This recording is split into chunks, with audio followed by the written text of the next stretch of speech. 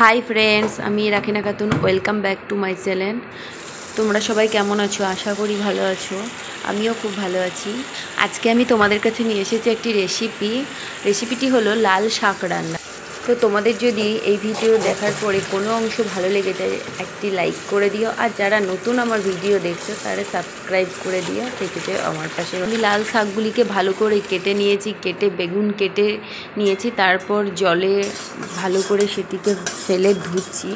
দেখো তোমরা সেটি দেখতে পাচ্ছ যে জলে আমি ভালো করে সেগুলোকে ধুচ্ছি। ধোয়ার পরে দেখো আমি রসুন, পেঁয়াজ আর দুটো শুকনো লঙ্কাটা যাই হোক দেওয়া হয়নি, একটু পরে দেবো। তো ওটা দেখো আমি ভালো করে ভেজে নিচ্ছি। ভালো করে ভেজে নেওয়া হয়ে গেলে ওর মধ্যে শাকগুলিকে ঢেলে দেবো। তো এটিকে বলা হয় শাকে ফোড়ন দেওয়া। তো অনেকে শাকগুলিকে আগে চাপিয়ে দেয়, তারপরে হয়তো ফোড়নটা দিয়ে দেয়, কিন্তু না, আমি আগে ফোড়ন করি, তারপরে শাক দিয়ে ভালো করে ভেজে নিই। তো এই দেখো আমি তোমাদেরকে এইভাবেই রান্না করে দেখাচ্ছি। তো এই দেখো আমার শাকগুলিকে ভালো করে ধোয়া হয়ে গেছে, এবার আমি তুলে রেখে দেবো। তো তোমাদের একটা কথা বলি, এই শাকটি হচ্ছে আমাদের পাশের একটি বান্ধবীর কোয়ার্টারের ও নিজের লাগানো শাক। এটি কোনো দোকান থেকে কেনা নয়, নিজের গার্ডেনের লাগানোই শাক। এই দেখো আমার বেরেস্তাটা লাল হয়ে এসেছে, এবার আমি শাকগুলিকে ঢেলে দিলাম, ভালো করে নেড়ে নেবো। বেগুনগুলো দেখো আমি ছোটো ছোটো করে কেটে নিয়েছি, কারণ শাকের সঙ্গে যেন মাখো মাখো টাইপের একটা হয়ে যায়, তার জন্য।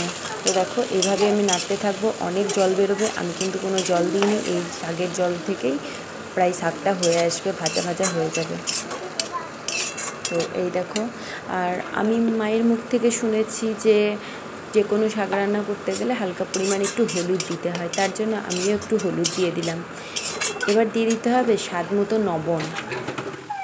তোমরা যারা আমার এই ভিডিও দেখছো তারা যেন একটা লাইক দিয়ে দিও। তোমাদের অবশ্যই শাক রান্নাটি ভালো লাগলে। এই দেখো শাকটিকে আমি বারবার নাড়াতে দেখো অনেক জল বেরিয়ে এসেছে। তো আমি এভাবে 5 মিনিট ফুটতে দেবো শাকটিকে।